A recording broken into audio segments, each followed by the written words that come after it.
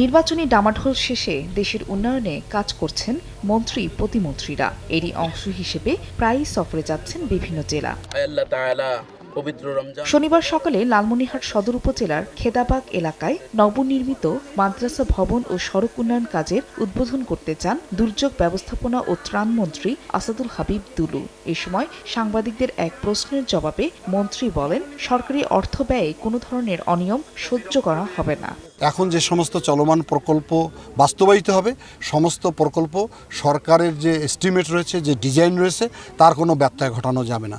যদি কোথাও এই ধরনের ব্যত্যয় ঘটে, তাৎক্ষণিকভাবে আমরা ব্যবস্থা গ্রহণ করব। ঈদের আগে শ্রমিকদের বেতন ভাতা পরিশোধ করতে মালিক পক্ষকে সরকার সব ধরনের সহযোগিতা করবে বলে জানিয়েছেন শ্রম ও কর্মসংস্থান এবং প্রবাসী কল্যাণ ও বৈদেশিক কর্মসংস্থান মন্ত্রী আরিফুল হক চৌধুরী। শনিবার দুপুরে সিলেট মহানগরের শাহী ঈদগাহ পরিদর্শন শেষে তিনি একথা বলেন।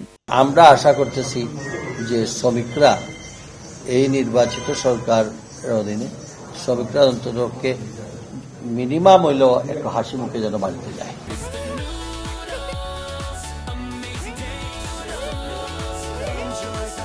এদিকে মানিকগঞ্জের সিংগাইর উপজেলার স্বাস্থ্য কমপ্লেক্স পরিদর্শনে যান স্বাস্থ্যমন্ত্রী সরদার মোহাম্মদ সাখাওয়াত হোসেন। এই সময় তিনি জানান, দেশের প্রতিটি মানুষের জন্য সহজলভ্য ও মানসম্মত স্বাস্থ্যসেবা নিশ্চিত করতে সরকার কাজ করছে। জনগণ যাতে বিনা হয়রানিতে চিকিৎসা পায়, ঘরের দরজায় যেন জনগণ চিকিৎসাটা পায়, আমরা সেইভাবে চিকিৎসার সেবাটাকে জনগণের কাছে নিয়ে যেতে চাই। অল্প সময়ের মধ্যে বন্ধ পাটকল চালু করার আশ্বাস দেন বস্ত্র ও পাট প্রতিমন্ত্রী শরীফুল আলম। পিরোজপুরের ভান্ডারিয়ায় টেক্সটাইল ভোকেশনাল ইনস্টিটিউট প্রকল্পের কার্যক্রম পরিদর্শন শেষে একথা বলেন তিনি। বীজের উৎপাদন বাড়ানো এবং বন্ধ মিলগুলা চালু করা, কর্মসংস্থান তৈরি করা, এই বিষয়গুলো আমরা মাথায় আছে এবং পদক্ষেপ গ্রহণ করছি। এ সময় প্লাস্টিকের বিরুদ্ধে জনমত গড়ে তুলে চট ও পাটের দ্রব্যাদি ব্যবহারে সবাইকে উৎসাহ দেওয়ার আহ্বান জানান প্রতিমন্ত্রী।